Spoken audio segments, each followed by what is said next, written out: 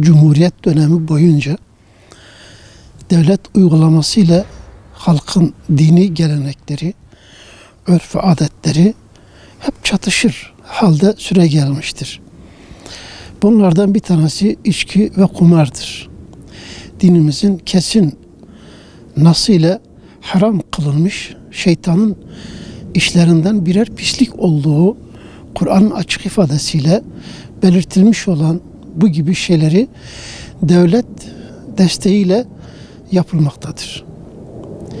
Devlet laik bir devlettir. İslami hükümler helal, haram ölçü değildir onlar katında. Ölçü olan devlete gelir sağlamaktır. Devleti desteklemektir. Ama bir İslam ülkesinde yani insanların inandığı şeylerin aslında dikkate alınması gerekiyor.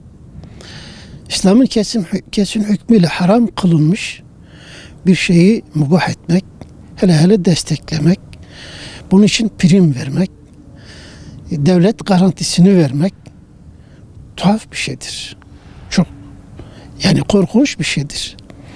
Yani milletin inancıyla alay etmek gibi bir şeydir. Bununla alakalı geçen hafta Maliye Bakanı'nın yaptığı bir açıklama vardı. Korkunç bir şey. Biz yasal olmayan kumar yerlerini kapattıracağız. Ama yasal olan, resmi olan yerleri destekleyeceğiz. Hatta bunlara primlerini artırarak daha da cazip hale getireceğiz. Bir maliyecinin mantığı devlet kasasına nasıl para akıtacak, nasıl bir gelir sağlayacak şeklinde sürekli böyledir yani. Bunu düşünür. Ama toplumun değerleriyle bunun çatışır olup olmadığı, İslam'ın haram kılıp kılmadığı bunu düşünmezler.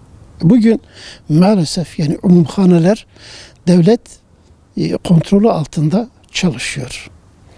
Ve orada buyurun zinayı meşru hale getiriyorlar. Çünkü orada devlete vergi ödeniyor. İçki fabrikaları, kumar kulüpleri, kumar merkezleri bunlar devletin güvencesinde yapılıyor, yapılmaktadır. Bu insanları bu şekilde ihfal etmek, bunları bu şekilde haramlara bulaştırmak, kötülüklere bulaştırmak hem de devletin eliyle devlet bu işin sorumlusudur. Bir an evvel bu tezatları ortadan kaldırmalı. Yani din ile devlet çatışırlığını ortadan kaldırmalıdır. Dinin haram kıldığı şeylere toplumun kutsal değerlerine saygılı olması lazım. Haram şeyleri meşru hale getirmemesi lazım. Sadece vergiyi düşünmek, devlet kasasına ne kadar para çekeriz düşüncesi sakat bir görüştür. Sen insanları kaybediyorsun.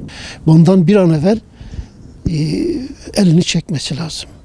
Desteğini çekmek yalnız değil, bunları kapatması lazım.